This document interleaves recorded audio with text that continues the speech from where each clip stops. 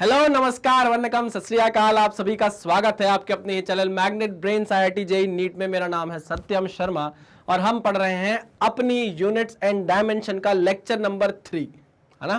पहला लेक्चर जो था, मतलब पहला लेक्चर तो फिजिकल वर्ल्ड पर आ गया था, दूसरा लेक्चर जो था वो इंट्रोडक्शन टू डायमेंशंस पर आ गया था, तीसरा लेक्चर जो था वो एक्चुअल में आपका डायमेंशन एनालिसिस पार्ट 1 था और ये चौथा लेक्चर आपका हो गया डायमेंशन एनालिसिस पार्ट 2।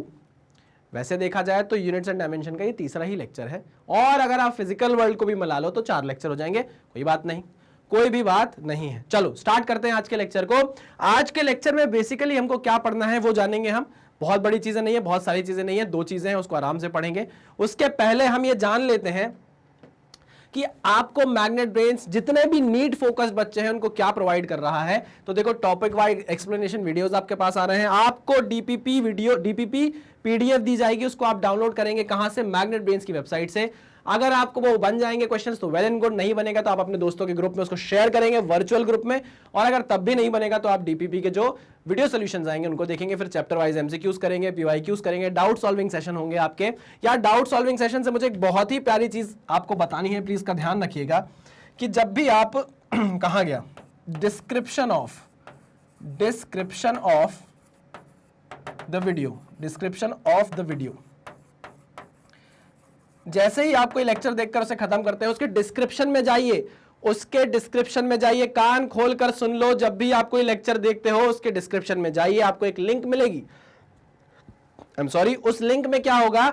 उस लिंक में आस्क योर डाउट वाली एक चीज है। मतलब आपके जो भी डाउट्स होते हैं, मान लीजिए आप कोई क्वेश्चन सॉल्व कर रहे हैं, वो क्वेश्चन आपसे नहीं बना, मान लीजिए आपने लेक्चर देखा, लेक्चर में आपको कोई स्लाइड समझ में नहीं आई, आपने फटाक से स्क्रीनशॉट लिया, स्क्रीनशॉट लेकर और अपलोड कर दिया। लेकिन मैं बता दे रहा हूं, सब्जेक्ट रिलेटेड डाउट ही पूछना। जैसे अभी एक एनी थॉमस जी हैं, एनी थॉमस जी ने अपना डाउट पूछा है, प्यारा डाउट है, उनको उनका सोल्यूशन मिल गया होगा, बिल्कुल मिल गया होगा।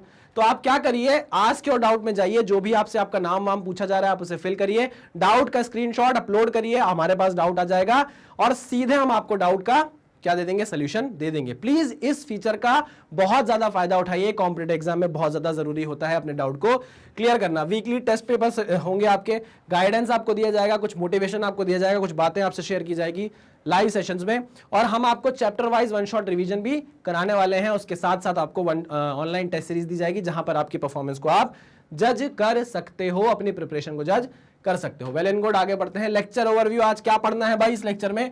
डायमेंशनल एनालिसिस को हम कैसे ऐसा रिसर्च टूल यूज करते हैं टू डिराइव न्यू रिलेशंस। मतलब अभी तक आपने एप्लीकेशन देखा है ना कि भैया हम किसी पर्टिकुलर सिस्टम ऑफ यूनिट में अगर हमको कुछ क्वांटिटीज दी गई है, फिजिकल क्वांटिटीज, तो हम उनके डायमेंशन से एक नई फिजिकल क्वांटिटी का डायमेंशन निकाल सकते हैं। हम कन्वर्जन ऑफ यूनिट कर सकते हैं, यानी कि एक सिस्टम ऑफ यूनिट से हम दूसरे सिस्टम ऑफ यूनिट में जा सकते हैं। ये क्या है भाई? हमारा एप्लीकेशन है डायमेंशन एनालिसिस का। और तीसरा एप्लीकेशन क्या था? तीसरा एप्लीकेशन था, क्या था? Principle of homogeneity. तो चौथा एप्लीकेशन आ गया है कि हम डायमेंशन एनालिसिस का यूज करके क्या कर सकते हैं? नए रिलेशंस को डेवलप कर सकते हैं। कैसे? पता चलेगा लेक्चर में। फिर कुछ कंसेप्ट, कुछ क्या बोलते हैं, इलस्ट्रेशंस लेंगे, यानी कि कुछ एग्जाम्पल लेंगे। इलस्ट्रेशन का मतलब होता है कुछ एग्जाम्पल्स हम लेंगे। कहां गया बेटा? हम कुछ एग्जाम्पल्स उठाएंगे और एग्जाम्पल से समझेंगे चीजों को। और उसके बाद अब डायमेंशन एनालिसिस की इतनी बातें हो गई हैं, अच्छी बातें हो गई, तो कुछ लिमिटेशंस भी जानेंगे कि डायमेंशन एनालिसिस की लिमिटेशंस क्या होती है। नेक्स्ट, चलो भाई, अगर आपके पास if you know the dependency of a physical quantity, अगर आपके पास कोई एक फिजिकल क्वांटिटी है और आपको पता है कि उसकी डिपेंडेंसी एक तीसरी फिजिकल क्वांटिटी पर है, एक और किसी फिजिकल क्वांटिटी पर है, तो आप उनके बीच में क्या कर सकते हो? एक रिलेशनशिप क्या कर सकते हो? बिल्ड कर सकते हो with the help of dimension analysis. जैसे अगर आपको पता है कि आज आपका जो रिलेशन है वो पिंकी से क्या है, आपको पता है। अगर आपको यह पता चल गया कि पिंकी आपकी एक दोस्त है, तो आप पिंकी के साथ दोस्ती वाला रिलेशनशिप सेटअप कर लोगे। लेकिन अगर आपको ये लगा कि नहीं यार, पिंकी से थोड़ा दोस्ती से ज्यादा है, तो दोस्ती से ज्यादा वाला रिलेशनशिप सेटअप कर लोगे, है ना। अगर आपको लगा नहीं भाई ये तो क्या बोलते हैं, सिस्टर वाली फीलिंग आती है मेरे को तो पिंकी से, तो सिस्टर वाला रिलेशनशिप बिल्ड कर लोगे। वैसे ही क्या होता है, फिजिकल क्वांटिटीज में भी होता है। अगर आपको कोई फिजिकल क्वांटिटी दे दी गई और उसकी डिपेंडेंसी बता दी गई कि भैया इस दूसरी फिजिकल क्वांटिटी पर इसकी डिपेंडेंसी इस तरीके से है, तो आप क्या कर सकते हो, एक रिलेशनशिप सेटअप कर सकते हो। यहां पर अंग्रेजी में एक बहुत इंपॉर्टेंट लाइन है जो आपको मिस नहीं करनी है, पढ़ते हैं। if we know the dependency of a physical quantity on the other quantities and if the dependency is of product type। यार ये तो मतलब बहुत सारे बच्चे मिस कर जाते हैं, बहुत सारे बच्चे मिस कर जाते हैं। if the dependency is of product type, यहां पर ये लाइन डिस्क्लेमर आपको दे देती है कि इसको क्या करना है, आपको समझना है कि यहां जो रिलेशनशिप होगा ना, मतलब अगर एक क्वांटिटी है उसकी डिपेंडेंसी अगर 2-3 क्वांटिटीज के बीच में है तो वो क्वांटिटीज की आपस में डिपेंडेंसी क्या होगी, प्रोडक्ट टाइप होगी। Then using the method of dimension analysis a relation between the quantities can be derived. अब यही जाकर, यही पॉइंट जो आपको दिया हुआ है ना, यही जाकर लिमिटेशन बन जाएगा, यही जाकर लिमिटेशन बन जाएगा। क्यों बन जाएगा, कैसे बन जाएगा, इसके बारे में बात करेंगे, है ना। क्योंकि भैया यहीं पर उसने डिस्क्लेमर दे दिया कि डिपेंडेंसी अगर प्रोडक्ट टाइप होगी तो फिर आप क्या कर सकते हो, एक रिलेशनशिप बिल्ड कर सकते हो। कर लेंगे, टेंशन नहीं। चलो एक एग्जांपल लेते हैं। वो बोल रहा है using dimension analysis set up a relation of force with mass and acceleration if force on a particle depends upon mass m of a particle and acceleration a of a particle। तो यहां पर एक physical quantity है f जो depend कर रही है एक फिजिकल क्वांटिटी m पर और एक फिजिकल क्वांटिटी एक्सेलरेशन पर, ठीक है। तो यहां पर जो डिपेंडेंसी होनी चाहिए वो प्रोडक्ट टाइप होनी चाहिए, है ना। क्लियर है, हाँ सर क्लियर है। आओ देखो ध्यान से सुनना, जो आपका फोर्स है ये डिपेंड कर रहा है मास पर, है ना। अब वो मास पर डायरेक्टली डिपेंड कर रहा है, इनडायरेक्टली डिपेंड कर रहा है। मास की पावर 2 होगी, 3 होगी, 4 होगी, हमें नहीं पता। अगर मास की पावर 1 हो गई तो अच्छी बात है, 1 आ जाएगी। अगर मास की पावर -1 हो गई तो अपने आप -1 आ जाएगी। तो मैं चाहता हूं कि यहां पर क्या कर दूं भाई, एक पावर तो चढ़ा ही दूं। वो मेरे ऊपर नहीं है, वो अपने आप ये रिलेशनशिप एक सेटअप कर, ये रिलेशनशिप अपने आप एक सेटअप हो जाएगा और आपको एक ही वैल्यू मिल जाएगी। अब वो 1 हो, -1 हो, 2 हो, 3 हो, 4 हो, मुझे कोई लेना देना नहीं।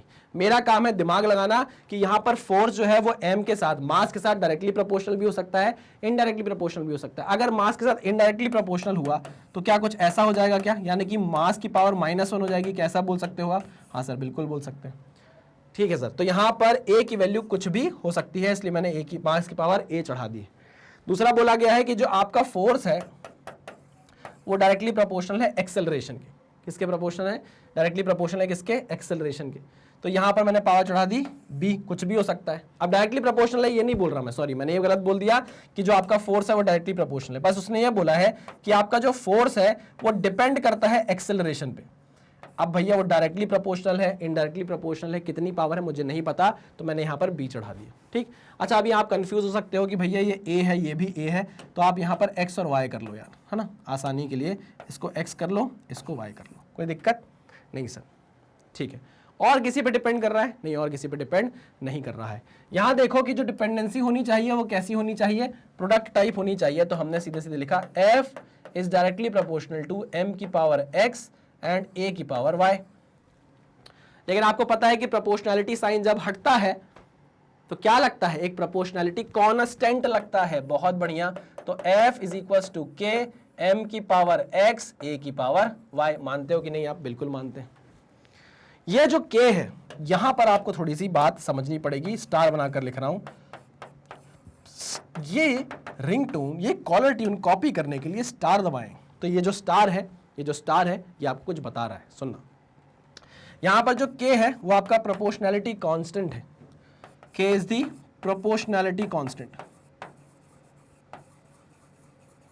Proportionality constant, proportionality constant. Okay चलो ये तो सबको पता था। दूसरी बात जो इंपॉर्टेंट है वो ये है कि it is dimensionless, it is dimensionless.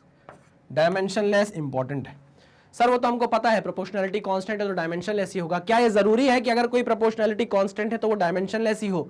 हाँ सर जरूरी है। गलत, गलत। अगर आप ये बोल रहे हो कि अगर कोई कांस्टेंट है प्रोपोर्शनैलिटी कांस्टेंट वो हमेशा डायमेंशन लेस होता है, ऐसा बोलना सरासर गलत है। अगर आपके दिमाग में ये चीज आई हो तो उसको लिखकर यहीं काट दो, यहां पर लिखकर काट दो भैया कि proportionality constant, proportionality constant, proportionality constant is not always not always dimensionless, not always dimensionless. Example, अगर आप एग्जाम्पल देखो तो जी है, अगर आप एग्जाम्पल देखो तो मॉड्यूलस ऑफ इलास्टिसिटी है ना, ये जी क्या है, ग्रेविटेशनल कांस्टेंट, ये ई क्या है, मॉड्यूलस ऑफ इलास्टिसिटी, ठीक है ना, ये सब के सब क्या है, प्रोपोर्शनैलिटी कांस्टेंट है, बट इनकी डायमेंशन एग्जिस्ट करती है।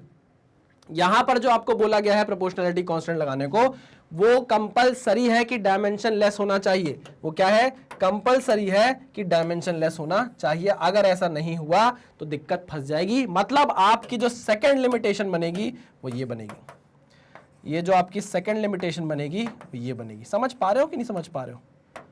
अरे हाँ कि ना। अरे भाई जैसे लड़की देखने गए आप, है ना, या लड़का देखने कोई लड़की आई, दोनों में से, दोनों सिनेरियो बता, मैं ऐसा नहीं बोल रहा हूँ कि लड़की देखने आप जा रहे हो या लड़का देखने लड़की नहीं आ सकती, सब कुछ हो सकता है। चलो मैं उल्टा एग्जांपल ले लेता हूँ यार, लड़के बुरा नहीं मानते हमारे ज़्यादा। चलो लड़की देखने आई लड़के को, है ना, अब उसने देखा कि जो लड़का है वो क्या है, खाना नहीं बना सकता, बिल्कुल नहीं बना सकता खाना। उसे मतलब पानी भी ढंग से उबालना नहीं आता, वो पानी भी अगर उबालता है तो गलत उबाल देता है। तो ये क्या है, ये क्या है? शुरू में तो बड़ा क्यूट लगता है कि वाह यार कितना क्यूट लड़का है, पानी भी नहीं उबाल पा रहा है, लेकिन ये एक्चुअल में क्या है, एक लिमिटेशन है। आपको आज वो पसंद आ रहा है, लेकिन कल के दिन आपकी तबीयत खराब हुई, लड़की की तबीयत खराब हुई, लड़की ने लड़के को बोला कि भाई मेरे लिए एक गिलास पानी गर्म कर दो, और वो कर ही नहीं पा रहा क्योंकि उसे तो तब भी नहीं आता था ना उबालते। तो ये तो एक लिमिटेशन थी, आपको समझना चाहिए था। तो जब हम यहाँ पढ़ रहे हैं अपने डायमेंशन एनालिसिस के चौथे एप्लीकेशन को, तो हमको समझ में आ जाना चाहिए कि अगर ये लाइन अंडरलाइन हुई है तो कहीं ना कहीं ये लिमिटेशन बताएगी आगे जाके, क्योंकि यहां पर ये जोर डाल रहा है कि प्रोडक्ट टाइप होनी चाहिए डिपेंडेंसी। वैसे ही यहां पर जोर डाल रहा है कि जो प्रोपोर्शनैलिटी कांस्टेंट है वो डायमेंशनलेस होना चाहिए। तो भैया ये एक लिमिटेशन हो गई। ओके सर, आगे बढ़ते हैं, अब और समझते हैं। ठीक है, हमने मान लिया कि यहां पर जो प्रोपोर्शनैलिटी कांस्टेंट है वो डायमेंशनलेस होना चाहिए। आगे बढ़ते हैं, आओ इधर आ जाओ भैया। ठीक है, मैंने बोला कि फोर्स जो है उसके डायमेंशन आपको पता है, बिल्कुल पता है सर। फोर्स का जो डायमेंशन है वो है MLT-2। ठीक है, ओके। अब यहां पर देख रहे हो कि एक इक्वेशन टाइप की बन गई है, एक इक्वेशन टाइप की बन गई है। तो जो LHS का डायमेंशन है वही RHS का भी डायमेंशन होना चाहिए। समझ रहे हो कि नहीं समझ रहे हो? हाँ सर समझ रहे हो। ओके, कैसे, कौन सी बात है ये? प्रिंसिपल ऑफ होमोजेनिटी की RHS का जो डायमेंशन होना चाहिए वही डायमेंशन LHS का भी होना चाहिए। ठीक है, चलो फटाफट देखो, यहाँ पर जगह नहीं है तो हम क्या करते हैं, एक नया पेज ऐड करते हैं। तो dimension of force is MLT-2 is equals to, अब देखो K की वैल्यू मुझे नहीं पता, K की वैल्यू मुझे बिल्कुल भी नहीं पता, तो मैं K को एज इट इज लिख दूँ, लिख दिया। अच्छा, मास का डायमेंशन क्या है, मास का डायमेंशन क्या है, मास का डायमेंशन मास, चलो यहाँ पर देख लो जरा, ये क्या है, KMXAY, KMXAY, KMXAY, KMXAY। अब समझ में आएगा ज़्यादा अच्छे से। तो मैंने यहाँ पर फोर्स का डायमेंशन लिख दिया MLT-2। K मुझे नहीं पता क्या होगा, ये M है तो मास का डायमेंशन होता है M, और इसकी पावर कितनी है भाई, X है। एक्सेलरेशन का डायमेंशन होता है LT-2, और इसका पावर कितनी है, x। समझ में आई बात? हाँ सर समझ में आ गई। तो MLT-2 is equal to, K को एज इट इज रहने दो, ये हो जाएगा M की पावर x, L की पावर y, T की पावर -2y। हो जाएगा कि नहीं हो जाएगा? हाँ सर बिल्कुल हो जाएगा। ठीक है, अब हम यहाँ क्या करेंगे, कंपेयर करेंगे पावर्स को। पावर्स को क्या करेंगे, कंपेयरिंग पावर्स, कंपेयरिंग पावर्स। देखो जो लोग इंजीनियरिंग करने चले जाते हैं, जो लोग इंजीनियरिंग करेंगे, जो लोग करेंगे, मेरे को नहीं पता, जो लोग करते हैं वो करेंगे, जो लोग इंजीनियरिंग करेंगे उन लोग क्या देखेंगे, एक बकिंगम पाई थ्योरम देखेंगे, बकिंगम पाई थ्योरम, रेले मेथड देखेंगे। उसमें इसी चीज़ के बारे में बताया जाएगा, लेकिन थोड़ा डीप में बताया जाएगा। इंडिपेंडेंट पाई टर्म्स आपको निकालनी पड़ेगी, कैसे आप वेरिएबल्स चुनते हो, बहुत सारी चीज़ें होंगी, वो हमको पढ़ने की ज़रूरत नहीं है। ठीक है ना, बेसिक हमको समझना है क्या हो रहा है क्या नहीं हो रहा है। अब आप देखो यहाँ m की पावर 1 है, L की पावर 1 है, यहाँ m की पावर x है, L की पावर y है। तो हम बोल सकते हैं कि x is equal to 1, x is equal to 1, L की पावर y है, L की पावर यहाँ 1 है, तो यहाँ y की वैल्यू भी कितनी आ गई, 1। हाँ कि ना? हाँ सर। चलो रिलेशन देखो, रिलेशन देखा? हाँ सर रिलेशन दिखा। तो हम बोल सकते हैं कि f इज इक्वल टू, यहां पर मैंने प्रोपोर्शनलिटी साइन हटाया था, ठीक है, f is equals to k m की पावर 1 a की पावर 1, x की वैल्यू 1 थी, y की वैल्यू 1 थी, तो पुट कर दी मैंने। अब यहां पर k की वैल्यू कितनी आएगी, k की वैल्यू कितनी आएगी ये हम ऐसे नहीं बता सकते। k की वैल्यू अगर आपको फाइंड आउट करना है तो आपको एक्सपेरिमेंट्स करने होंगे। यहां पर एक स्टार पॉइंट लिखता हूं मैं, to find the values of x, to find the value of x, to find the value of x, to find the value of, to find the value of x, to find the value of x नहीं यार k, to find the value of k we'll have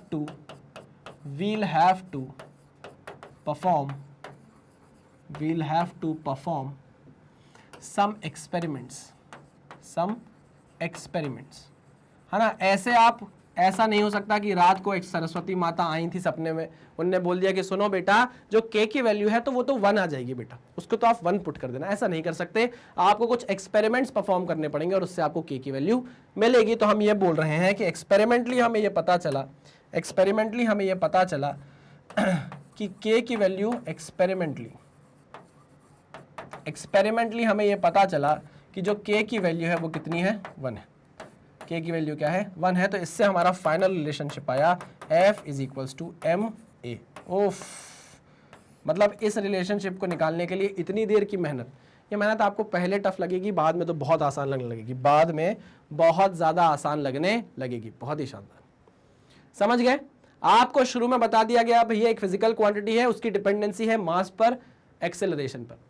अब भैया वो direct dependency है, मुझे नहीं पता क्या डायरेक्टली प्रोपोर्शनल है, इनडायरेक्टली प्रोपोर्शनल है, मुझे कुछ भी नहीं पता। तो मैंने कहा मैं x और y पावर चढ़ा देता हूं, इसकी वैल्यू अपने आप निकल कर आ जाएगी। लेकिन हाँ ये बात ध्यान रखना है कि जो डिपेंडेंसी होगी वो प्रोडक्ट टाइप होनी चाहिए।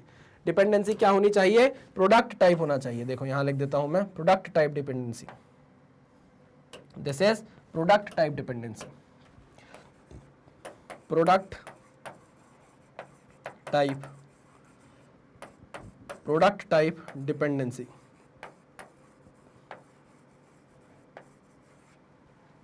क्लियर है, हाँ सर क्लियर है। सारी बातें देखो पहली स्लाइड में आपको मैंने बता दी कि लिमिटेशन भी निकल कर आने वाली है और वो क्या क्या आने वाली है, ठीक है। Okay sir, very good. एक रिलेशनशिप आपने सेटअप करना सीख लिया। आइए दूसरे पे चलते हैं। अब दूसरा रिलेशनशिप आपको दिया है time period of a simple pendulum. Time period of a simple pendulum depends upon effective length of a pendulum L, mass of the pendulum m and acceleration due to gravity g। वैसे तो ये भी effective g होना चाहिए, लेकिन कोई बात नहीं, आगे बढ़ते हैं, समझते हैं। देखो रिलेशन क्या आना चाहिए time period of oscillation of pendulum का, t is equal to 2 pi under root L by G. ये तो जग जाहिर बात है। नहीं सर हमको तो नहीं पता, कोई बात नहीं पता अगर आपको, तो मैं आपको बता रहा हूं ना कि हमको अगर पहुंचना है तो इस रिलेशनशिप तक पहुंचना है, इस रिलेशनशिप तक हमें पहुंचना है। साफ साफ बोला गया है time period of a pendulum depends upon effective length, it depends upon किस पे भैया, इफेक्टिव लेंथ एंड कहां गया, it depends upon effective length of a pendulum and mass of the pendulum. अच्छा दूसरी डिपेंडेंसी ये है ना यार, मुझे दिख नहीं रही थी। दूसरी डिपेंडेंसी है ये मास ऑफ द पेंडुलम, और तीसरी डिपेंडेंसी है किस पे, एक्सेलरेशन ड्यू टू ग्रेविटी पे। ठीक है, हमको पता है। अब ये कैसी डिपेंडेंसी होगी मुझे नहीं पता, है ना। तो हम बोलते हैं टाइम पीरियड जो है वो डायरेक्टली प्रोपोर्शनल है इफेक्टिव लेंथ के, पावर चढ़ा देते हैं। अब वो डायरेक्ट रिलेशन है, सॉरी मैंने डायरेक्ट बोल दिया क्या, डायरेक्ट नहीं है भाई।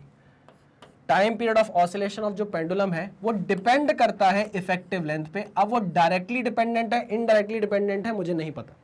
अगर मेरे मुंह से गलती से डायरेक्टली निकल गया होगा तो मुझे भूल चूक माफ करना। मैं बस इतना बोलना चाह रहा हूं कि टाइम पीरियड ऑफ ऑसिलेशन है जो अपने पेंडुलम का, वो उसकी इफेक्टिव लेंथ पे डिपेंड करता है। कैसे डिपेंड करता है, नो आइडिया। यही टाइम पीरियड ऑफ ऑसिलेशन जो है पेंडुलम का, वो किस पे डिपेंड करता है, मास पे भी डिपेंड करता है। अब डायरेक्टली करता है इनडायरेक्टली करता है नहीं पता। सिमिलरली जो टाइम पीरियड ऑफ ऑसिलेशन है पेंडुलम का, वो एक्सेलरेशन ड्यू टू ग्रेविटी पे भी डिपेंड करता है ना, एक्सेलरेशन ड्यू टू ग्रेविटी पे भी डिपेंड करता है। अब वो डायरेक्टली करता है इनडायरेक्टली करता है मुझे नहीं पता, मैंने पावर चढ़ा दी। क्या आपको इस बात से कोई दिक्कत है, नहीं सर। इनके बीच में रिलेशनशिप सेटअप करें, कैसा रिलेशनशिप होना चाहिए, प्रोडक्ट टाइप। तो directly proportional to, directly proportional L की पावर A, M की पावर B एंड जी की पावर सी। डायरेक्टली नहीं है भैया, मुंह से पता नहीं क्यों निकल रहा है, लेकिन डायरेक्टली नहीं है। अरे सुन रहे हो, इधर देखो इधर देखो इधर देखो, डायरेक्टली डिपेंडेंट नहीं है। देखो ना, पावर चढ़ा दी ना मैंने। अब ये b की वैल्यू अगर -1 आ गई कल के दिन तो m नीचे चला जाएगा डिनोमिनेटर में, तो इनडायरेक्टली डिपेंडेंसी हो जाएगी। समझ रहे हो? बस मैंने प्रोडक्ट टाइप डिपेंडेंसी यहाँ पर लिख दी है। ओके, अब क्या करें, प्रोपोर्शनलिटी साइन हटाना होगा। के एल की पावर ए, एम की पावर बी, जी की पावर सी। यहाँ पर एक बात अगर आप भूल चुके हो तो मैं आपको याद दिला दूं कि जो प्रोपोर्शनलिटी कांस्टेंट है ये कैसा है भाई, डायमेंशनलेस है। और इसकी वैल्यू कैसे निकल कर आती है, इसकी वैल्यू कैसे निकल कर आती है, प्रैक्टिकल से निकल कर आती है, एक्सपेरिमेंट करके निकल कर आती है। चलो वेरी गुड, आगे बढ़ते हैं। क्या आपको टाइम पीरियड का डायमेंशन पता है? ऐसा m0 l0 t की पावर 1, ये डायमेंशन है टाइम पीरियड का। अच्छा ठीक है, चलो भाई, तो आगे आते हैं, सॉल्व करते हैं इसको। टाइम पीरियड ऑफ ऑसिलेशन का डायमेंशन है m0 l0 t की पावर 1 इज इक्वल्स टू, अब k की वैल्यू तो भाई भगवान जाने, एक्सपेरिमेंट से निकलेगी वो तो। l क्या है, इफेक्टिव लेंथ है। लेंथ के लिए डायमेंशन क्या होगा, l की पावर a। ठीक है, मास ऑफ द पेंडुलम m की पावर b, और एक्सेलरेशन ड्यू टू ग्रेविटी यानी कि LT - 2 की पावर c। ठीक है, चलो तो ये हो जाएगा m0 l0 t की पावर 1, ये क्या हो जाएगा, k l की पावर a। अच्छा m के साथ लिखता हूँ पहले, m की पावर a, m की पावर a नहीं, m की पावर b, l की पावर a भी है, l की पावर c भी है, बेस सेम है तो क्या हो जाएगी, पावर ऐड हो जाएगी, तो l की पावर a प्लस c हो जाएगी, और t की पावर कितनी हो जाएगी, -2c हो जाएगी। आ गई बात समझ में? ओके, अब क्या करेंगे, कंपेयरिंग पावर्स। कंपेयरिंग पावर्स, लो कंपेयरिंग पावर्स, कंपेयरिंग पावर्स, लो भाई।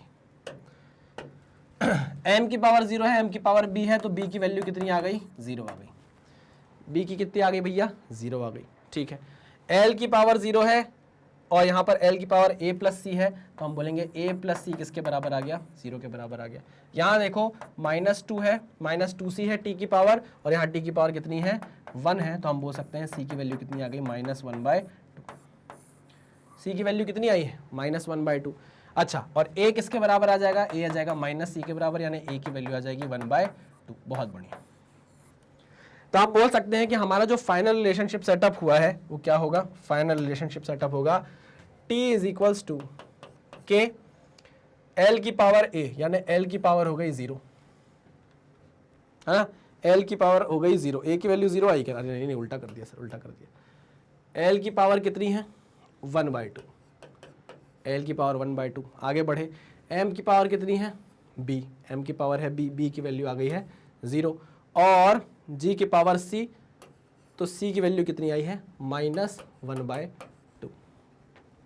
ठीक है, ओके। क्या मैं इसको इस तरीके से लिख सकता हूं, t is equals to m0 हो गया, तो m की पावर 0 कितना हो गया, 1 हो गया, इसको हटा दो, कि l की पावर 1/2, और g को नीचे ले जाऊंगा तो क्या g की पावर 1/2 हो जाएगा, हाँ सर बिल्कुल हो जाएगा। तो हम इसको लिख सकते हैं t इज इक्वल्स टू के √L/g, सही लिखा है। अब इस k की वैल्यू भाई मैं नहीं निकाल सकता, मुझे नहीं पता, मुझे क्या करना पड़ेगा, एक्सपेरिमेंट करके निकालना पड़ेगा। तो एक्सपेरिमेंटली हमें पता चला कि जो k की वैल्यू है वो 2π होती है। कैसे पता चला, एक्सपेरिमेंटली, एक्सपेरिमेंटली। अगर मैं k की वैल्यू नहीं निकाल पा रहा हूं तो कुछ दिक्कत है ना, है कि नहीं है, इस प्रोसीजर में कुछ दिक्कत है, तो क्या ये लिमिटेशन बनेगा, बिल्कुल बनेगा। बहुत बढ़िया, यही चीजें तो पकड़नी होती है यार, आपने पकड़ लिया, रिलेशनशिप सेटअप कर दिया। क्लियर, आगे बढ़े, चलो भैया नेक्स्ट। नेक्स्ट क्या है, for a particle to move in a circular orbit. देखो मैं आपको बस सेटअप करेगा कुछ तरीका बता रहा हूं। अच्छे क्वेश्चन लास्ट के 2 हैं, अच्छे क्वेश्चन लास्ट के 2 क्वेश्चन है, उसमें मजा आएगा आपको। यहां पर आप क्या करो, थोड़ा वार्म अप कर लो, ठीक है। चलिए, for a particle to move in a circular orbit uniformly centripetal force is required, ठीक है, which in fact depends upon mass, velocity and radius of the circle। ये लो भाई, फिर आ गई डिपेंडेंसी। जो सेंट्रीपिटल फोर्स है वो मास पे डिपेंड करता है, अब डायरेक्टली करता है इनडायरेक्टली करता है मुझे नहीं पता। मास के बाद वेलोसिटी पे करता है, डायरेक्टली करता है इनडायरेक्टली करता है नहीं पता, और किस पे डिपेंड करता है, रेडियस ऑफ द सर्कल पे करता है। डायरेक्टली करता है, इनडायरेक्टली करता है, मुझे नहीं पता। मुझे ये पता है कि इनके बीच में जो रिलेशनशिप सेटअप होगा वो प्रोडक्ट टाइप होना चाहिए। तो F C is directly proportional to, F C is proportional to, directly नहीं, F C is proportional to M की पावर ए, वी की पावर बी, आर की पावर सी। मेरे मुंह से डायरेक्टली निकल रहा है, नहीं होना चाहिए, बिल्कुल नहीं, पता नहीं क्यों आज कुछ है। अब यहां से प्रोपोर्शनलिटी साइन हटाओ, लिखो F C is equals to K M A V B R सी।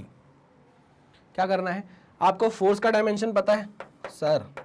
अब तो ना आप मुझे नींद से भी उठाकर पूछ लो तो मैं फोर्स का डायमेंशन बता दूं, M L T minus two, ठीक है। के क्या है, डायमेंशनलेस प्रोपोर्शनलिटी कांस्टेंट है, तो M L T minus two is equal to M की पावर ए, ठीक, v क्या है वेलोसिटी, तो एल टी माइनस वन की पावर b, और r क्या है लेंथ है, तो l की पावर c, ठीक है। तो यहां पर क्या हो जाएगा, M L T minus two is equal to K times M A. अच्छा यहाँ एम ए है, एम कहीं और है नहीं, ये एल की पावर बी है, एल की पावर सी है, तो ये क्या हो जाएगा एल की पावर बी प्लस सी। समझे कि नहीं समझे?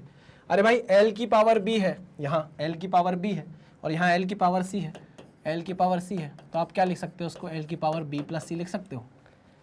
बेस अगर सेम हो तो पावर ऐड हो जाती है। अगर मैंने आपको ये नहीं बताया तो I am sorry for that, but ऐसा होता है कि अगर बेस सेम हो तो पावर क्या हो जाती है, ऐड हो जाती है। तो यहाँ पर मैंने बी प्लस सी लिख दिया, और बचा अब क्या, टी की power minus B, B into minus one minus B.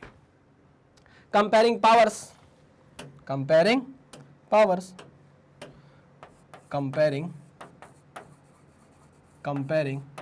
Powers. अब मैं लिखना बंद कर दूंगा क्योंकि भाई ये तीसरी बार हमने कर लिया है, बार बार कंपेयरिंग पावर्स लिखने से क्या ही होगा, तो दिमाग में आपके बैठ गया होगा अब तक तो, ठीक है। तो यहाँ पर देखिए m की पावर 1 है, l की पावर 1 है, यहाँ m की पावर a है, m की पावर 1 है, तो a की वैल्यू किसके बराबर आ गई, 1 के बराबर आ गई, ठीक है ना। b की l की पावर है b प्लस सी, और l की पावर यहाँ कितनी है 1 है, तो हम बोल सकते हैं b प्लस सी किसके बराबर है, 1 के बराबर। यहाँ पर t की पावर -2 है या t की पावर -b है, तो हम बोलेंगे -b किसके बराबर है, -2 के बराबर, यानी कि b किसके बराबर आ गया, 2 के बराबर आ गया। b किसके बराबर आ गया, 2 के बराबर आ गया। जैसे ही आपने b की वैल्यू यहाँ 2 रखी, c की वैल्यू कितनी आ जाएगी, c की वैल्यू आ जाएगी 2, यहाँ से जाएगा माइनस, तो हो जाएगी -1, ठीक है। रिलेशनशिप सेटअप कर लोगे, बिल्कुल कर लेंगे सर। आइए कहाँ गया रिलेशनशिप, ये रहा relationship, F C is equals to K m की पावर a, a की वैल्यू है 1, ठीक, v की पावर b, b की वैल्यू है 2, एंड r की पावर c, और c की वैल्यू है -1। तो क्या मैं r को नीचे ले जाऊं, हाँ सर, तो F C is equals to K M V square by R. k की वैल्यू एक्सपेरिमेंटली फाइंड आउट की जाएगी, और उसकी वैल्यू कितनी निकल कर आती है, 1 निकल कर आती है, ठीक है ना।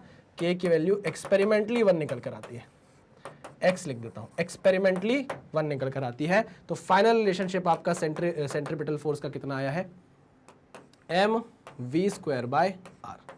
तो आप समझ गए कि कैसे रिलेशनशिप सेटअप होता है, कैसे रिलेशनशिप सेटअप होता है with the help of dimensional analysis. आगे बढ़े, चलिए अब जो काम की चीजें हैं, काम के क्वेश्चन है वो देखिए। नीट में ऐसा क्वेश्चन आ चुका है, नीट 2015 में शायद ऐसा क्वेश्चन आपको देखने को मिला होगा। ऐसा क्वेश्चन आ जाएंगे, मैं आपको बोल रहा हूँ, ऐसे भले ना इतने सिंपल लेकिन ऐसे क्वेश्चन आ सकते हैं। प्लीज इस क्वेश्चन पर फोकस करिएगा, है ना। नीट 2015 का शायद ये क्वेश्चन है। आइए, ऐसा मिलता जुलता, ठीक है, आइए करते हैं इसे सॉल्व। क्या बोल रहा है, कुछ नया ट्विस्ट है इसमें। अब यहाँ पर उसने क्या कर दिया है, हालात बदल दिए हैं, जज्बात बदल दिए हैं। If the velocity of light c, gravitational constant g and the Planck's constant are chosen as fundamental units. Oh, fundamental units. Oh,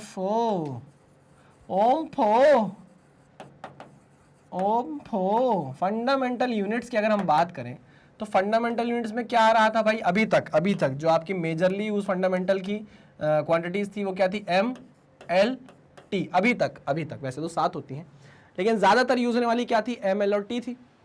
लेकिन उसने बोला हटाओ अपने दिमाग से ऐसा। अब आपकी जो फंडामेंटल यूनिट्स है, मतलब ये तो वही वाली बात हो गई ना, तू कहे तो दिन, तू कहे तो शाम हो जाए, मतलब मेरे बोलने से कुछ नहीं होगा।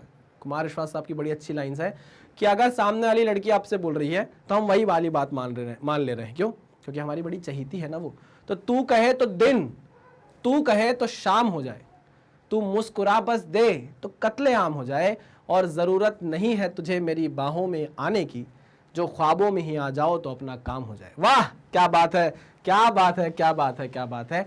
तो यही बात क्वेश्चन भी बोल रहा है कि सुनो, MLT फंडामेंटल यूनिट मानते थे ना आज तक, उसको भूल जाओ। मैं ये बोल रहा हूं आज से फंडामेंटल यूनिट है आपकी, फंडामेंटल जो क्वांटिटीज है वो है velocity of light, gravitational constant and Planck's constant. अच्छा अब क्या करेंगे, अब क्या करेंगे, अब फंडामेंटल यूनिट जो हो गई है वो आपकी हो गई है क्या, velocity of light, gravitational constant g and Planck's constant h, है ना। Then find the dimensions of mass in new system. अरे बाप रे, अब आप क्या करो, मास की ना नए सिस्टम में डायमेंशंस फाइंड आउट करो, दिमाग लगाते हैं, है ना।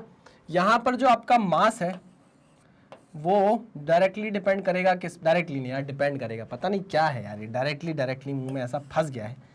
डिपेंड करेगा, डिपेंड करेगा, डिपेंड करेगा, डिपेंड करेगा किस पे, वेलोसिटी ऑफ लाइट पे। इसको आप रिप्रेजेंट कर रहे हो c की पावर a बोल दिया मैंने, ग्रेविटेशनल कांस्टेंट g की पावर b बोल दिया मैंने, एंड प्लैंक्स कांस्टेंट h की पावर c बोल दिया मैंने, प्रोडक्ट टाइप डिपेंडेंसी। ओके, अब दिक्कत ये फंसेगी कि आपको इनके डायमेंशनल फॉर्मूले पता है, क्यों नहीं पता होगा सर, इसका बता दो क्या होगा, m0 क्यों सर, m1 होगा ना, m1 L0 T0, ठीक है ना। इक्वल टू लगाएंगे, एक के लगा देंगे, के की वैल्यू हमें नहीं पता, सम नंबर कोई भी वैल्यू आ सकती है, ठीक। अच्छा, अब c का डायमेंशन क्या होगा, ये तो वेलोसिटी ऑफ लाइट है ना, तो वेलोसिटी का डायमेंशन LT-1 की पावर a। ओहो हो, अब ग्रेविटेशनल कांस्टेंट, ग्रेविटेशनल कांस्टेंट का जो डायमेंशन होता है आपको मैंने निकलवाया है, कितना होता है, m की पावर -1 L³ T-2। कैसे निकालना है, इस फॉर्मूले से, F = G m1 m2 upon r², इससे निकालना था, ठीक है ना। तो g का डायमेंशन आपको मिल गया, बता देता हूं मैं, m की पावर -1 L³ T-2, और यहां पर आप चढ़ा दीजिए पावर कितनी, b। अब आती है प्लैंक्स कांस्टेंट की बारी। ये प्लैंक्स कांस्टेंट का डायमेंशन कैसे निकलेगा, तो आइए इसको भी मैं आपको बता देता हूं कि देखो E = h/ν, एक रिलेशन है जो आपने कभी देखा होगा, नहीं देखा होगा तो सुना जरूर होगा, ठीक है ना। E = h/ν, इसमें E क्या है, एनर्जी है, E क्या है, एनर्जी है, तो इसका डायमेंशन क्या होगा, ml² T-2 होगा कि नहीं होगा, अरे हाँ कि ना, ओके। H का डायमेंशन पता नहीं, लेकिन ये फ्रीक्वेंसी है, न्यू क्या है, अरे न्यू क्या है, ये फ्रीक्वेंसी है भैया, बिल्कुल नहीं इधर उधर की बात करेंगे, फ्रीक्वेंसी है ये, और ये क्या है, एनर्जी है, ये क्या है भैया, एनर्जी है। एनर्जी का डायमेंशन मैंने लिख दिया, फ्रीक्वेंसी का डायमेंशन होगा 1/t, यानी t की पावर -1, ऐसे मान लो, t की power -1, okay.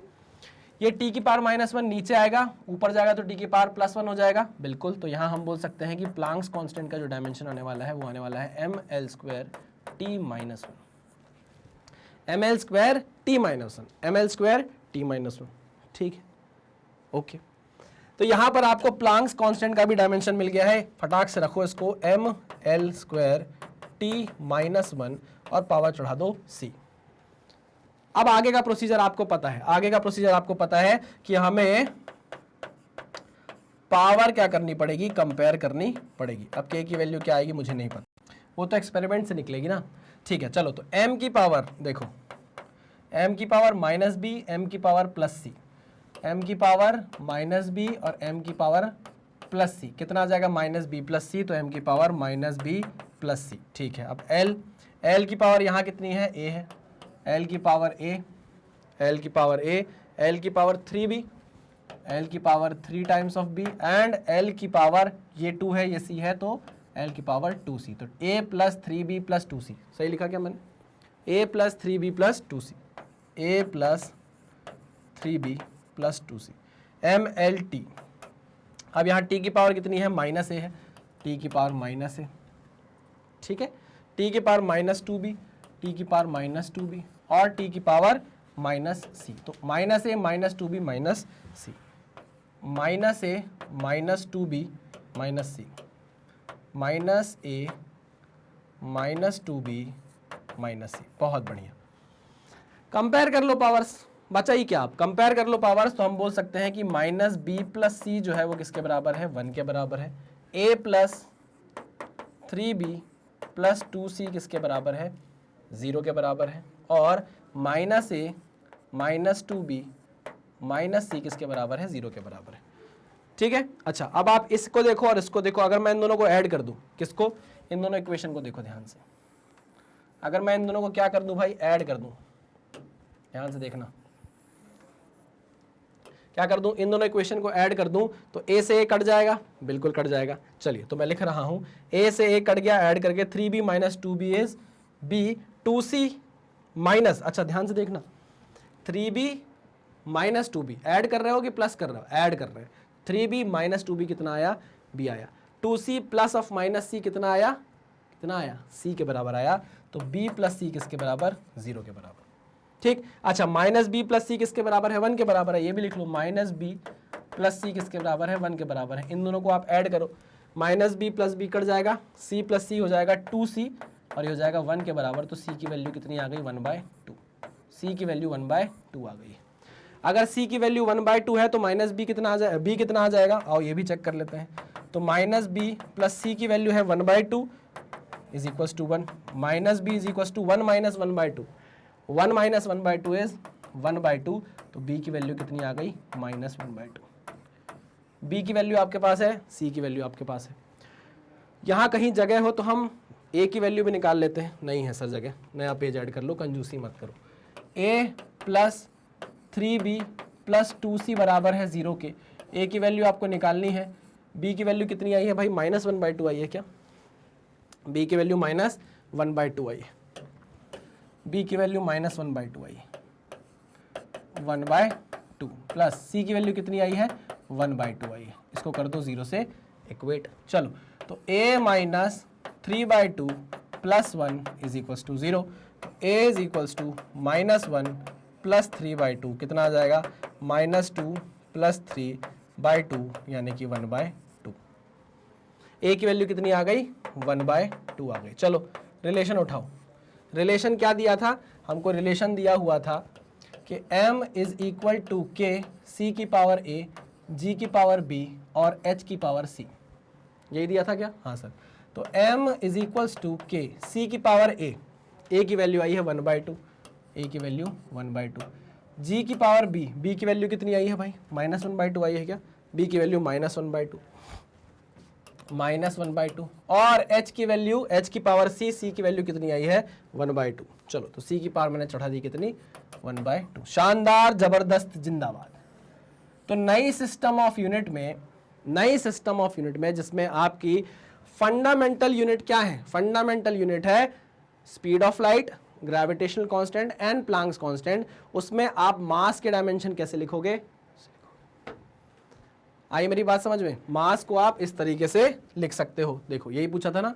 Then find the dimension of mass in new system, this is the dimension of mass in new system. बढ़िया क्वेश्चन है, बढ़िया क्वेश्चन है भाई। अब इसने क्या कर दिया, आपके पूरे अस्थि पंजर दिमाग के हिला दिए। अभी तक तो जो आप कर रहे थे वो बहुत बेसिक बेसिक क्वेश्चन थे, बहुत बेसिक बेसिक क्वेश्चन थे। ऐसे ही क्वेश्चन आपको नीट के एग्जाम में देखने को मिल सकते हैं, प्लीज इसको हल्के में मत लीजिएगा। यहां पर आपको डायमेंशन, सबसे पहले तो डायमेंशन याद होना जरूरी है। डायमेंशन याद नहीं हुए तो दिक्कत में फंस जाओगे। चलो अगर डायमेंशन नहीं भी याद है तो रिलेशन पता होना चाहिए ताकि आप डायमेंशन निकाल पाओ। अगर आपको प्लैंक्स कांस्टेंट के साथ एनर्जी का ये रिलेशन नहीं पता होता तो आप कैसे निकालते भाई। अगर आपको ग्रेविटेशनल फोर्स का ग्रेविटेशनल कांस्टेंट के साथ ये रिलेशन नहीं पता होता, आप कैसे निकालते डायमेंशनल फॉर्मूला। या तो आप सब याद कर लो जो कि जीवन में नहीं कर सकते, कुछ चीज़ें तो दिमाग में रखनी पड़ेगी ना कि तरीका क्या है डायमेंशनल फॉर्मूला निकालने का। सारे डायमेंशनल फॉर्मूला आप याद नहीं रख सकते, कुछ चीज़ें आपको दिमाग में इस तरीके से रखनी पड़ेंगी कि अगर भैया कल के दिन ऐसा कोई क्वेश्चन आ गया जिसमें मेरे को डायमेंशनल फॉर्मूला निकालते या याद नहीं है, डायमेंशनल फॉर्मूला याद नहीं है तो निकालते तो बनना चाहिए ना, उसके लिए आपको रिलेशन पता होने चाहिए, है ना। तो प्लीज़ रिलेशंस याद रखो। चलो इसलिए लोग बोलते हैं कि रिलेशन की कद्र करनी चाहिए, कैसा भी रिलेशन हो रिलेशन की कद्र करो, है। अरे सर आप तो कहीं की फिलॉसफी कहीं भी जोड़ देते हो। आ जाइए भाई नेक्स्ट क्वेश्चन पर चलें। एक और क्वेश्चन भाई, अच्छा क्वेश्चन है, क्वेश्चन को सॉल्व करने की कोशिश करिए। If velocity, force and time t are chosen as fundamental quantities. अब फिर बदल दी उसने फंडामेंटल क्वांटिटीज। अब आपकी फंडामेंटल क्वांटिटीज क्या हो गई है? वेलोसिटी, फोर्स और टाइम टी। और आपको क्या करना है? मास को अब एक्सप्रेस करना है इस फंडामेंटल क्वांटिटीज में, और एनर्जी को, किसको? एनर्जी को क्या करना है? एक्सप्रेस करना है आपको इन फंडामेंटल क्वांटिटीज में, रिलेशनशिप सेटअप करना है। आओ आप करते हैं। अब बिल्कुल देरी नहीं लगाएंगे इन सारे क्वेश्चंस में। हमको पता है पहले मास का सेटअप करना है रिलेशनशिप, तो m is equals to k v की पावर a f की पावर b एंड t की पावर c। सीधी सीधी बात, ठीक है। इसका डायमेंशनल फॉर्मूला क्या होगा? m0 नहीं, m1 l0 t0। ये हमने रखा भैया इसको ब्रैकेट के अंदर। k तो एक्सपेरिमेंट ही निकलता रहेगा, उससे कोई दिक्कत नहीं है। वेलोसिटी इज lt माइनस 1 की power a, force is mlt minus 2 की power b and time is t चलिए की पावर c। बढ़िया, ओके आगे बढ़ते हैं। यहाँ पर मल्टीप्लाई करो यार, और कुछ मत करो। m, अब देखो m की पावर b है, चलो m की पावर b, यहाँ तो m की पावर कुछ है नहीं, m की पावर b हो गई। l की पावर यहाँ a है, l की पावर यहाँ b है, l की पावर यहाँ a है, l की पावर यहाँ b है, तो ये हो जाएगा l की पावर a प्लस b। और t की पावर यहाँ माइनस a है, यहाँ t की पावर माइनस 2b है। अच्छा, l की पावर माइनस a, t की पावर माइनस a हो गया, सॉरी, और ये t की पावर माइनस 2b। इतनी पास से क्या है दिखता नहीं है कभी कभी मुझे। t की पावर माइनस a, t की पावर माइनस 2b और t की पावर c, ठीक है ना। तो minus a minus 2b plus c, minus a minus 2b plus c। चलो बहुत बढ़िया, कंपेयर करेंगे। m की पावर 1, l की पावर 0, t की पावर 0, कंपेयर करो भाई। b इज इक्वल्स टू 1 आ गया क्या? सीधे सीधे b इज इक्वल्स टू 1 तो आ गया सर। और a प्लस b किसके बराबर आ गया? a प्लस b 0 के बराबर आ गया, लेकिन b की वैल्यू तो 1 है, तो a की वैल्यू माइनस 1 आ गई। a की वैल्यू माइनस 1 आ गई। अब देखिए, minus a minus 2b plus c किसके बराबर है? 0 के बराबर है। a की वैल्यू माइनस 1 है, तो माइनस a की वैल्यू 1 हो जाएगी, ठीक है। माइनस b की वैल्यू कितनी है? 1 है, तो ये हो जाएगा minus 2 plus c is equals to 0। ये हो जाएगा minus 1 plus c is equals to 0, तो c की वैल्यू हो जाएगी 1 के बराबर। सटासट खटाखट फटाफट आ जाओ। रिलेशनशिप सेटअप जो हमने बनाया था लिखते हैं उसको। m is equals to k v की पावर a की वैल्यू कितनी है? a की वैल्यू है माइनस 1, देखो a की वैल्यू है माइनस 1। f की पावर है b की वैल्यू है 1, और क्या गया हमारा? यह t की पावर c की वैल्यू है 1। तो ये रिलेशनशिप आपके सामने आ गया है। m is equals to k v minus 1 f1 t1। सही क्या है? क्या चेक कर लें? चेक कर लेते हैं एक बार। a की वैल्यू माइनस a की वैल्यू, a की वैल्यू, a की value minus a minus 2b plus c। a की वैल्यू हो जाएगी, ये हो गया a प्लस b 0 के बराबर, तो b की वैल्यू हो जाए a is equal to minus b की वैल्यू है माइनस 1, तो ये आ गई अपनी LVFT। आई मीन हम इसी तरीके से लिख सकते हैं इसे कि m is equals to k f t upon v, है ना। v नीचे जा सकता है, ठीक है। तो ये रिलेशनशिप सेटअप हो गया। अब आपको जैसे लिखना हो यार, ऐसे लिखना हो ऐसे लिख लो, वैसे लिखना हो वैसे लिख लो, आपकी मर्जी है। मेरा काम था रिलेशनशिप सेटअप करवाना, और मैंने वो आपको करवा कर दे दिया। लो इस तरीके से आप लिख सकते हो। LVFT नहीं, VFT ओनली, KVFT, v की पावर माइनस 1। अच्छा, और अभी काम बचा हुआ है। अब वो बोल रहा है कि एनर्जी, ये एनर्जी लिखा हुआ है भाई, है ना। एनर्जी का काम करें। यार सर आप नेक्स्ट स्लाइड क्यों नहीं यूज़ करते? एक ही स्लाइड में सब बता दोगे क्या? चलो दूसरी स्लाइड यूज़ करते हैं। तो एनर्जी का रिलेशनशिप सेटअप करना है। Energy is equals to k v की पावर a, f की पावर b और t की पावर c, है ना। ये क्या है? प्रोडक्ट टाइप डिपेंडेंसी हमने बना दी है। कुछ भी नहीं करना। एनर्जी की जो आपके पास डायमेंशनल फॉर्मूला है ml²t-2, वो फटाक से लिख लेना है, और उसको क्या करना है? इक्वेट करना है। चलो, ये हम क्या करते हैं सब पता है ना, ये आपको मैं बता चुका हूँ। LHS का जो डायमेंशन है वो RHS के डायमेंशन के बराबर होना चाहिए, इसलिए हम पावर कंपेयर करते हैं। ये प्रिंसिपल ऑफ होमोजेनिटी है, बता चुका हूँ यार। अब इतनी आगे आने के बाद आप ये सवाल अपने दिमाग में मत रखिएगा। k की वैल्यू अपने आप एक्सपेरिमेंटली निकलती है, तो हम उसको टेंशन में काउंट नहीं करेंगे। LT-1 वेलोसिटी, LT-1 की power a, force is MLT-2 की पावर b, और c इज टाइम की पावर c। चलिए भैया, ML²t-2 यानी कि m की पावर 1 है यहाँ पर इस बार, ठीक है, is equals to k times आओ भाई m की पावर b है, m की पावर और कुछ है ही नहीं, तो ये आ गया m की पावर b। ठीक है, l की पावर यहाँ क्या है a, l की पावर है यहाँ b, तो ये आ जाएगा a प्लस b, ऐसे ही आएगा क्या? देखो ना, l की पावर है a, l की पावर है b, तो l की power a plus b। t की पावर है -1 यानी कि -a -2b और c, t की पावर -a, t की पावर -2b और t की पावर c, तो ये हो जाएगा -a -2b प्लस c। क्या आपको इस बात से कोई दिक्कत है? कंपेयरिंग द पावर्स, तो हम बोल सकते हैं b की वैल्यू किसके बराबर आएगी? 1 के बराबर। देखो b की वैल्यू 1 के बराबर। अच्छा, a प्लस b किसके बराबर है? 2 के बराबर है, जिसमें b खुद 1 के बराबर है, b 1 के बराबर है, तो यहाँ पर a की वैल्यू कितनी आ जाएगी? a प्लस 1 इजिकल्स टू 2, तो a की वैल्यू किसके बराबर आ गई? 1 के बराबर। अच्छा, third relation -a -2b plus c is equals to 0, a की वैल्यू है 1, तो ये हो जाएगा -1, b की वैल्यू है b कहाँ गया? b कहाँ? अच्छा, b की वैल्यू है 1, a की वैल्यू है 1, एक साथ लिख देता हूँ भाई मैं इसको। कहाँ गया? -a -2b plus c is equals to 0, a की वैल्यू है 1, तो यहाँ आ जाएगा -1, माइनस b की वैल्यू है 1, तो आ जाएगा -2 plus c is equals to 0। अब -1 -2 ओहो, a की वैल्यू 1, b की वैल्यू 1, यहाँ पर -2 -1 किसके बराबर आ जाएगा? -3 के बराबर, तो c की वैल्यू कितनी आ जाएगी? -3 आ जाएगी। सही किया मैंने कि कुछ गलत कर दिया? एक बार चेक कर लेते हैं। m की पावर b है, m की पावर b है, ठीक है, t की पावर c है, ठीक है, तो ये कितना हो जाएगा? m की पावर b, l की पावर a, l की पावर b, तो यहाँ a प्लस b हो गया। t की पावर कितनी? -a -2b और प्लस c, ठीक है, सही लिखा है। कंपेयर जैसे ही मैंने किया तो b किसके बराबर आ जाएगा? 1 के बराबर आ जाएगा। अच्छा, यहाँ पर हो गई ना, यहाँ पर हो गई ना, क्या हो गई सर? आप ध्यान से देखो ना, कंपेयर करो ना power, -a -2b plus c equals to 0 थोड़ी ना होगा, -2 होगा ना बाबा। अब आई बात समझ में? हाँ सर, समझ में आ गई। a की वैल्यू 1 माइनस b की value 1 plus c is equals to -2, ये कितना आ गया? -3 आ गया, plus c is equals to -2, c की वैल्यू -2 प्लस 3, तो वैल्यू कितना आ गया? 1 आ गया। चलो, c की वैल्यू भी 1 आ गई।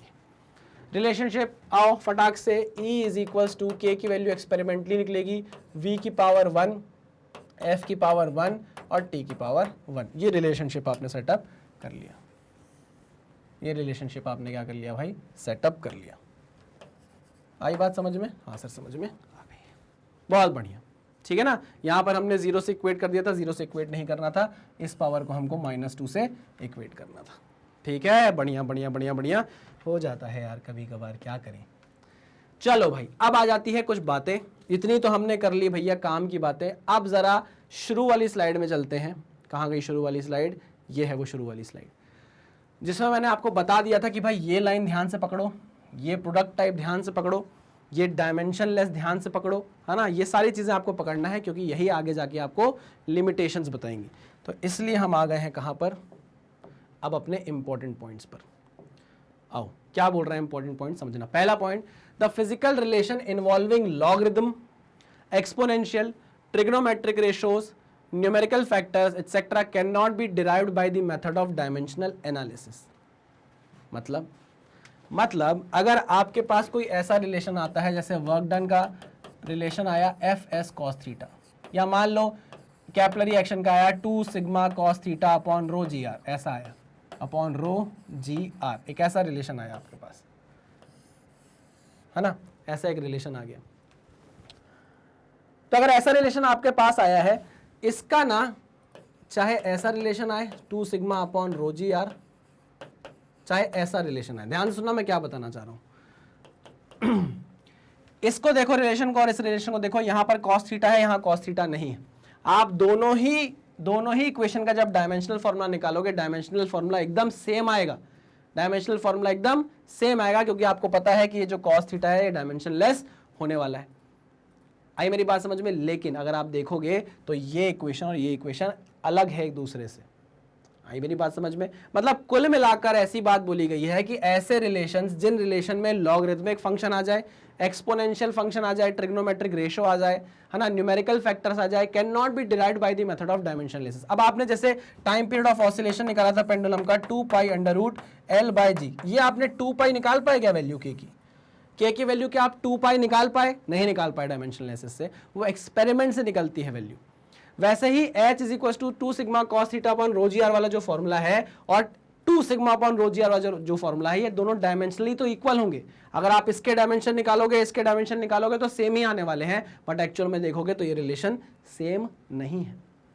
इसलिए बोला गया है कि ऐसे रिलेशन जिसमें लॉगरिथम आए, एक्सपोनेंशियल फॉर्म्स आए, ट्रिग्नोमेट्रिक रेशोज आए, न्यूमेरिकल फैक्टर्स आए, ये डिराइव नहीं हो सकते हैं डायमेंशनल एनालिसिस से। ये बात पक्की हो गई? हाँ सर पक्की हो गई। सिंपल रिलेशंस आप डिराइव करवा लो, वो हो जाएंगे, ठीक है ना। जैसे f is equal to M A derive कर लिया, t is equal to under 2 pi under root L by G कर लिया, ठीक है, वो कर सकते हैं।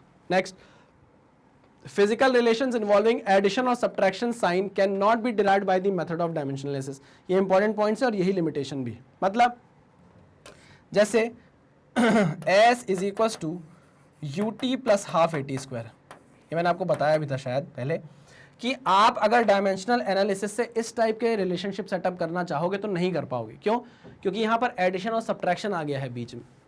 एडिशन और सब्ट्रैक्शन वाले काम आप नहीं कर सकते, एडिशन और सब्ट्रैक्शन वाले रिलेशनशिप आप डायमेंशनल एनालिसिस से सेटअप नहीं कर पाओगे। क्यों? क्योंकि उसने पहले ही आपसे बात बोल दी थी कि जो रिलेशनशिप आप बनाना चाहते हो वो हमेशा प्रोडक्ट टाइप होना चाहिए। एडिशन सब्ट्रैक्शन करने जाओगे तो फिर आप डायमेंशनल एनालिसिस से उम्मीद छोड़ देना कि कोई रिलेशनशिप को सेटअप कर पाएगी, ठीक है।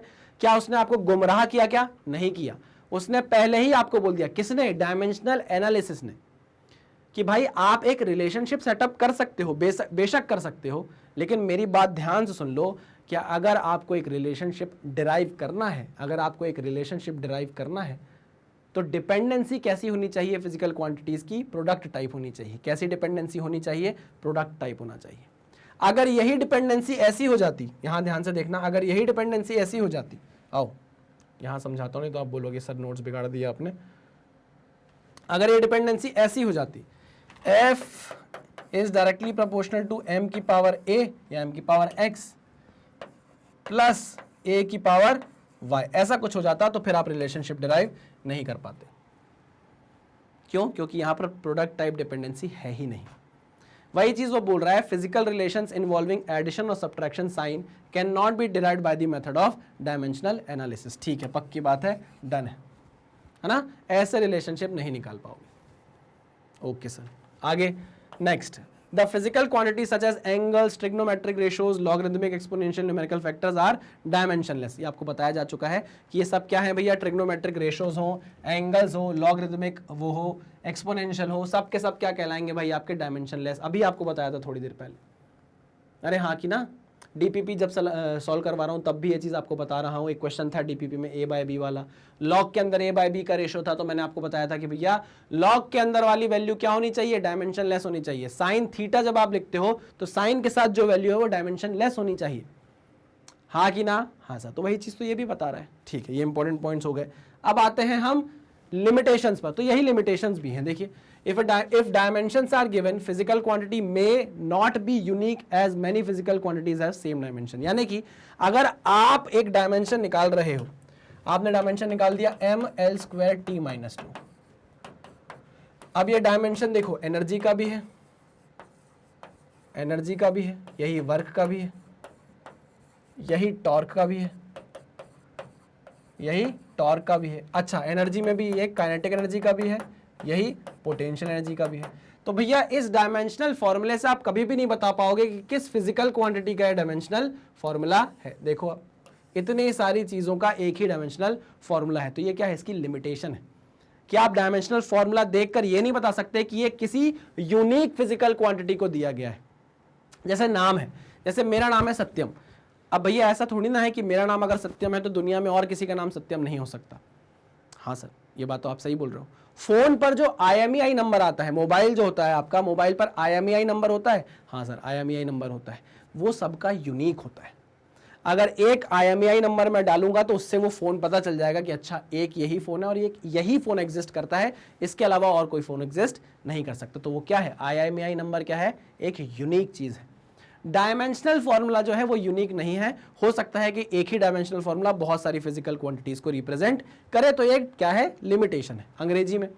If dimensions are given, physical quantity may not be unique as many physical quantities have same dimensions. For example, if the dimensional formula of a physical quantity is ml square t minus 2, it may be work or energy or torque. ठीक है, okay sir. Next is numerical constant having no dimensions. अब ये बात आ गई कि आप जो relationship setup करते हो, जैसे आपने सेट किया था f is equal to K m की पावर x a की पावर y, इसमें जो डायमेंशनल इसमें जो प्रोपोर्शनैलिटी कांस्टेंट है ये क्या होना चाहिए, डायमेंशन लेस होना चाहिए। अगर इसके डायमेंशन आ गए गलती से, अगर इसके डायमेंशन आ गए गलती से, तो फिर आप डायमेंशन एनालिसिस नहीं लगा पाओगे रिलेशनशिप सेटअप करने में।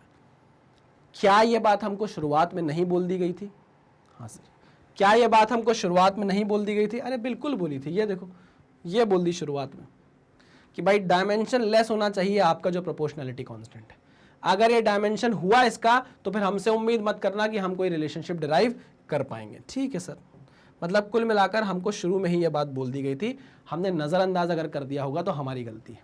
ठीक है, तो numerical constants having no dimension such as 1/2, 1, 2 pi can not be deduced by the methods of dimension. ये तो हमको ही पता है कि यार अगर k की कुछ वैल्यू है, वो वैल्यू कितनी है वो नहीं बता सकते। पहली बात तो कैसे पता चलेगी, एक्सपेरिमेंटली पता चलेगी। दूसरी बात, अगर हमारा k डायमेंशन वाला हो गया, क्या डायमेंशन वाला हो गया, तो भी आप रिलेशनशिप डिराइव नहीं कर पाओगे। ठीक है, okay sir.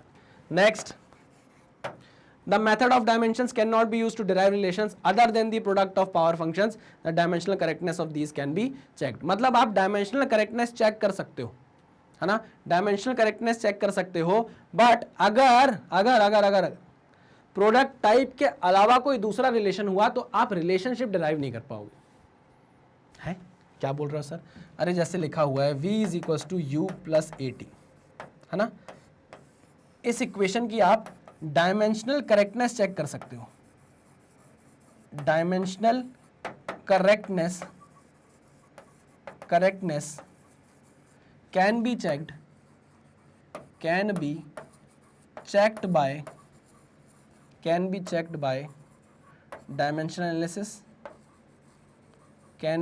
by dimensional analysis, dimensional correctness आप चेक कर सकते हो इसकी, लेकिन ये रिलेशनशिप सेटअप नहीं कर पाओगे। ये रिलेशनशिप नहीं निकाल सकते आप डायमेंशनल एनालिसिस से। क्यों? क्योंकि भैया यहाँ प्रोडक्ट टाइप रिलेशन नहीं है, यहाँ पर बीच में क्या लग गया है, एडिशन का साइन लग गया है। तो आप ये रिलेशनशिप भले ही डिराइव ना कर पाओ, लेकिन आप इसकी डायमेंशनल करेक्टनेस तो बता सकते हो। मेरी बात समझ रहे हो? तो इस अंग्रेजी का यही मतलब है। वेरी गुड सर, मजा आ गया। ठीक है भाई, तो यहां तक हमने अपने डायमेंशनल एनालिसिस पार्ट 1 और पार्ट 2 को क्या कर लिया है, एकदम खत्म कर दिया है। सब कुछ हमने अंडर द सन पढ़ लिया है जो हमारे लिए रिक्वायर्ड है, ये बात मैं जरूर बोलूंगा। फालतू की चीजें हम एक्स्ट्रा डिस्कस नहीं कर रहे हैं, ना हम बात कर रहे हैं रिपीटिंग वेरिएबल्स की, ना हम बकिंगम पाई थ्योरम की बात कर रहे हैं, क्योंकि हमको इसकी बात करने की जरूरत है ही नहीं। ठीक है, बहुत बढ़िया, आगे बढ़ते हैं। तो यहाँ पर आपका लेक्चर खत्म होता है। आपको पता है मैग्नेट ब्रेन्स की अपनी वेबसाइट है magnetbrains.com नाम से, आपको यहाँ पर जाना है। जैसे ही आप जाओगे तो यहाँ से DPP वगैरह सब कुछ आप डाउनलोड कर सकते हो। सारा कंटेंट फ्री ऑफ कॉस्ट यहाँ पर ऑर्गेनाइज करके आपको दे दिया गया है। जैसे आप नीट के स्टूडेंट हैं, आप नीट पे क्लिक करोगे तो मेरा लेक्चर आपको देखने को मिल जाएगा। जैसे ही आप इस पे क्लिक करोगे तो जो जो मैंने पढ़ाया है सब लाइन वाइज प्रॉपर ऑर्गेनाइज तरीके से आपको दे दिया गया है। पहले लेक्चर, फिर उसकी DPP, फिर DPP का सोल्यूशन। मान लीजिए आपको लेक्चर देखने का मन है, आप जैसे ही लेक्चर पे क्लिक करोगे तो मैं आपको पढ़ाता हुआ दिख जाऊंगा। ये देखिए, अच्छा, हमारी आइडियोलॉजी है कि हम कंप्लीटली फ्री एजुकेशन देने में बिलीव करते हैं। फ्री का मतलब ये नहीं है कि कंटेंट से कॉम्प्रोमाइज किया गया हो, कंटेंट एकदम टॉप नॉच आपको प्रोवाइड किया जाता है। बदले में हम भी आपका थोड़ा सा सपोर्ट, थोड़ा सा प्यार चाहते हैं, और वो आप हमें कैसे दे सकते हैं, वीडियोस को लाइक करके, चैनल को सब्सक्राइब करके। चैनल है magnet brains IIT JEE NEET, और जितना ज़्यादा हो सके वीडियोस को शेयर करके। तो चलिए करते हैं लेक्चर को खत्म, मिलते हैं नेक्स्ट लेक्चर में। तब तक सावधान रहिए, सतर्क रहिए, पढ़ते रहिए। Thank you very much.